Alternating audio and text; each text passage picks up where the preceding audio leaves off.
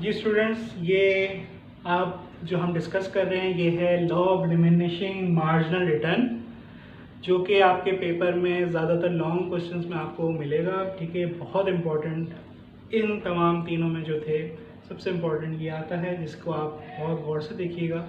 ठीक है, तो बेसिकली क्या है कि ये हमारे प्रीवियस लेक्चर्स की कंटिन्यूएशन में है, यानी जो कॉन्सेप्ट्स जो हमने फर्स्ट कवर किए थे वही कॉन्सेप्ट्स के ऊपर ये भी बेस करता है। ठीक है, तो अब हम इसकी डेफिनेशन की तरफ चलते हैं। ये है क्या? ये बेसिकली इफ क्वांटिटी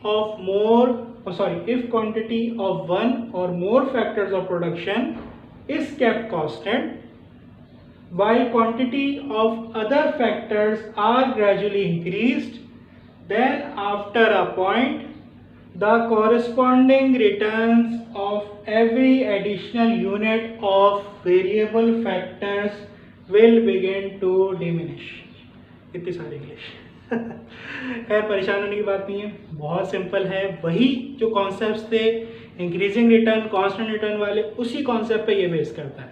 ये भी वही कह रहा है कि भाई इफ क्वांटिटी ऑफ वन और more factors of production is kept constant. ठीक है, इसको हम यहाँ पे स्टॉप लगा दें कि फैक्टर ऑफ प्रोडक्शन में से कुछ फैक्टर्स ऑफ प्रोडक्शन की क्वांटिटी आप क्या करते हैं, फिक्स कर दें। जो कि नॉर्मली हम किसको फिक्स कर रहे थे, आपका लैंड, कैपिटल एंड ऑर्गेनाइजेशंस को, और वेरिएबल किसको रखा हुआ हमने, सिर्फ और सिर्फ लेबर को। ठीक है भाई, while quantity of other factors कौन से होंगे भाई, कुछ को हमने फिक्स कर दिया तो बाकी क्या बचा हमारा, लेबर, आर ग्रेजुअली इंक्रीज। जो फैक्टर इंक्रीज कर रहे हैं तो वो फिक्स नहीं है, वो क्या है, variable. Then after a point, फिर कुछ वक्त के बाद, the corresponding return of every additional unit of variable factor, फिर क्या होगा कि हर जो आप फैक्टर, वेरिएबल फैक्टर इंट्रोड्यूस करते जाओगे उसका जो रिटर्न होगा वक्त के साथ, आने वाले वक्त के साथ क्या होता जाएगा, डिमिनिश होता जाएगा। जो कि यहाँ तक इस चीज़ को कवर करा। ठीक है, यानी कि सिंपल अगर इसको सम अप किया जाए, मेरे पास फिक्स फैक्टर्स हैं, उसके अंदर मैं क्या इंट्रोड्यूस कर रहा हूँ, variable factors.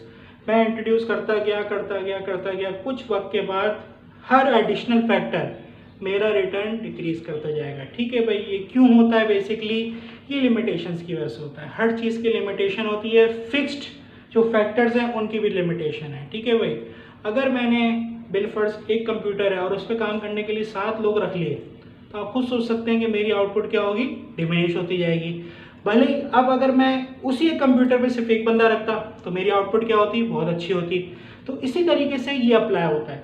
Law of diminishing marginal return सिर्फ और सिर्फ आपके प्रोडक्शन पे अप्लाई नहीं होता, ये आपकी रियल लाइफ में भी होता है और इसकी बहुत सी एप्लीकेबिलिटी है। ठीक है भाई, तो जब आपने डेफिनेशन डिस्कस कर लिया तो हम अब मूव करेंगे किसकी तरफ, टेबल एंड डायग्राम की तरफ। इसको एक्सप्लेन कैसे करना है। टेबल में वही जो हमारे कॉलम्स थे वही रखे हुए मैंने, जो कि लास्ट क्लास में डिस्कस किए थे।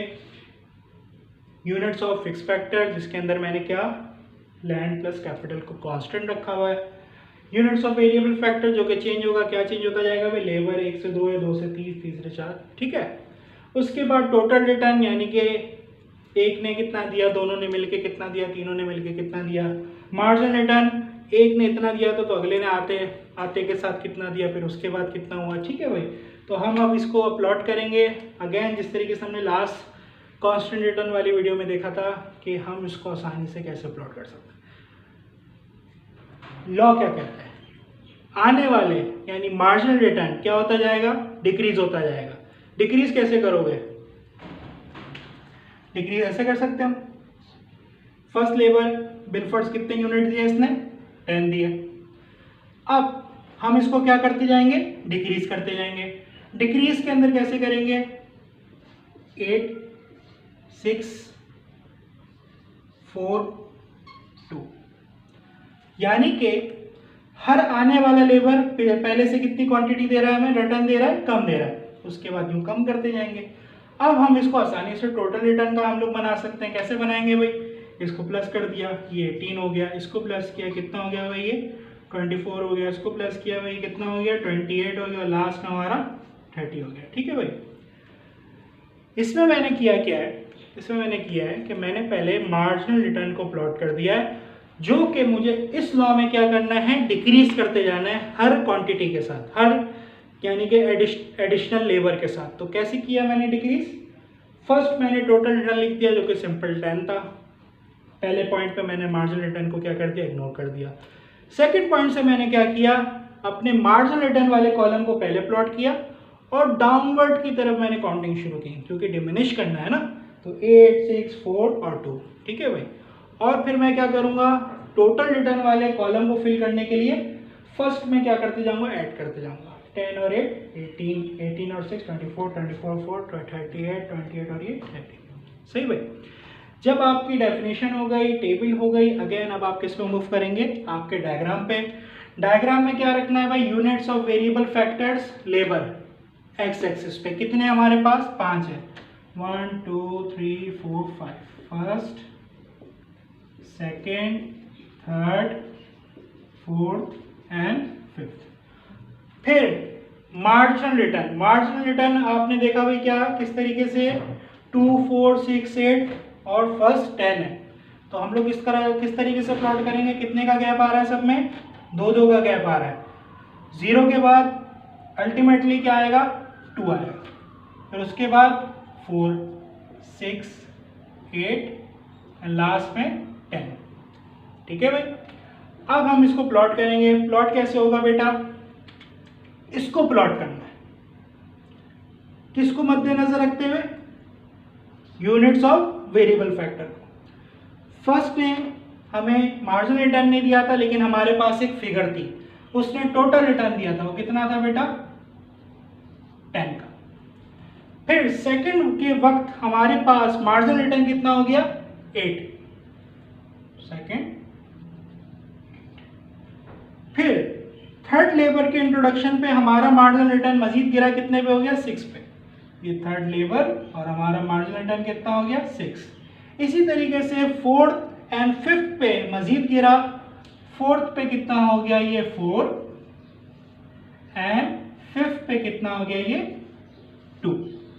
जब मेरे पास सारे पॉइंट्स एस्टेब्लिश हो चुके हैं तो मैं अब क्या करूंगा, इनको मैच कर दूंगा और इधर क्या लिखूंगा, MR, कि ये कर्व कौन सा है, मार्जिनल रिटर्न का है, जो कि क्या शो कर रहा है, हर एडिशनल वेरिएबल फैक्टर पे एडिशनल रिटर्न कितना था।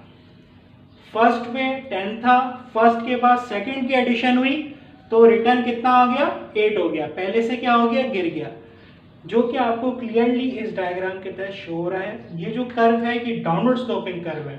डाउनवर्ड स्लोपिंग कर्व कब आता है, जब एक इन्वर्स रिलेशन होती है। इन्वर्स रिलेशन क्या होती है, जब एक एक्स एक्सिस वाली चीज बढ़ती है तो वाई एक्सिस वाली चीज क्या होगी, कम होगी, या वाई एक्सिस वाली चीज कम होगी तो एक्स एक्सिस वाली चीज बढ़ेगी। जो कि इसके अंदर आप देख सकते हैं कि एक्स एक्सिस में जिस तरीके से आपके वेरिएबल फैक्टर्स बढ़ते जा रहे हैं, उसी तरीके से आपका रिटर्न क्या होता जा रहा है, कम होता जा रहा है। Definition, table, diagram and explanation. Explanation में क्या है बेटा, in the above diagram we have units of variable factors on x-axis and marginal return on y-axis। ठीक है, सिंपल। पहले बता दो कि x-axis और y-axis पे क्या है, units of variable factors x-axis, marginal return y-axis। उसके बाद बताओ कि कर्व क्या है, डाउनवर्ड स्लोपिंग कर्व है। क्या कर्व है, मार्जिनल रिटर्न का। The downward sloping curve MR shows additional return by each additional unit of variable factor। कि ये कर्व क्या शो करता है कि एडिशनल रिटर्न कितना था, एडिशनल वेरिएबल फैक्टर के इंट्रोडक्शन में। ठीक है भाई। और आखिर में बता दो भाई कि डायग्राम क्या बताता है। डायग्राम बता रहा है भाई कि जैसे जैसे आप वेरिएबल फैक्टर बढ़ाते जा रहे हैं, वैसे वैसे आपकी मार्जिनल रिटर्न क्या होता जा रहा है, कम होता जा रहा है, डिमिनिश होता जा रहा है। तो इधर क्या लिखा है हमने भाई, the diagram shows as each unit of variable factor is increased the marginal return diminishes which proves the law। Simple law भी यही कहता है कि जैसे जैसे आप वेरिएबल फैक्टर इंट्रोड्यूस करते जाओगे, एक पॉइंट ऐसा आएगा कि जब आपकी रिटर्न डिक्रीज होती जाएगी, और जो कि इस डायग्राम में भी क्लियरली आपको नजर आ रहा है। अब इस लॉ की कुछ अजम्पशंस भी हैं जो कि हम आपको इंट्रोड्यूस करते हैं। तो जिस तरीके से हमने इसकी diagram, definition and table discuss किया बेटा, कुछ लॉस एक सर्टेन अजम्पशंस पे होल्ड करते हैं। अजम्पशंस क्या होती हैं, कुछ एक क्राइटेरिया होता है, अगर वो पूरा फुलफिल होगा तभी वो लॉ अप्लाई करेगा, वरना वो लॉ अप्लाई नहीं करेगा, उस पर एप्लीकेबल उस सिचुएशन पे नहीं हो पाएगा। अब वो क्या सिचुएशन है जिसके तहत ये law of marginal diminishing marginal return apply करेगा, वो ज़रा देख लेते हैं कि techniques of production remain same, यानी कि फर्स्ट लेबर भी अगर हाथ से काम कर रहा है, मैनुअल वर्किंग कर रहा है, तो सेकंड भी आके क्या करेगा, मैनुअल वर्किंग करेगा। अगर ओवरऑल काम किस पे हो रहा है, मशीन पे हो रहा है, तो फिर ओवरऑल काम सेकंड लेबर भी किस पे आगे करेगा, मशीन पे। टेक्निक ऑफ प्रोडक्शन सेम रहनी चाहिए इस लॉ को अप्लाई होने के लिए, ठीक है। Units of variable factors are exactly same. इसका क्या मतलब है, वेरिएबल फैक्टर कौन था, हमारा लेबर था। अब ऐसा मुश्किल भी है लेकिन मुमकिन भी है, यानी कि जो तमाम लेबर्स आप एम्प्लॉय करेंगे वो क्या होंगे, एक सेम क्लास ऑफ वर्कर्स में होंगे।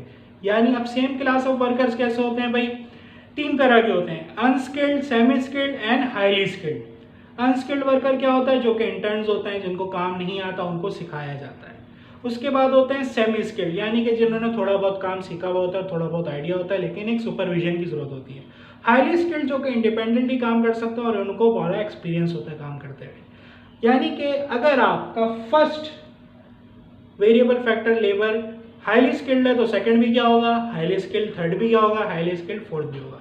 बाकी अगर एक अनस्किल्ड है तो सारे अनस्किल्ड, एक सेमी स्किल्ड है तो सारे। यानी कि वर्कर्स, यानी जो वेरिएबल फैक्टर है आपका एग्जैक्टली सेम होने चाहिए, डिफरेंट नहीं होने चाहिए। ऐसा नहीं हो सकता एक मिक्सचर बना दो, आलू चाट बना दिया आपने, इस हाईली स्किल्ड भी डाल दिया, सेमी स्किल्ड भी डाल दिया और एक वो भी डाल दिया अनस्किल्ड, उससे क्या कहते हैं आपके पास एक अलग सही रिटर्न आ जाएगा, ठीक है।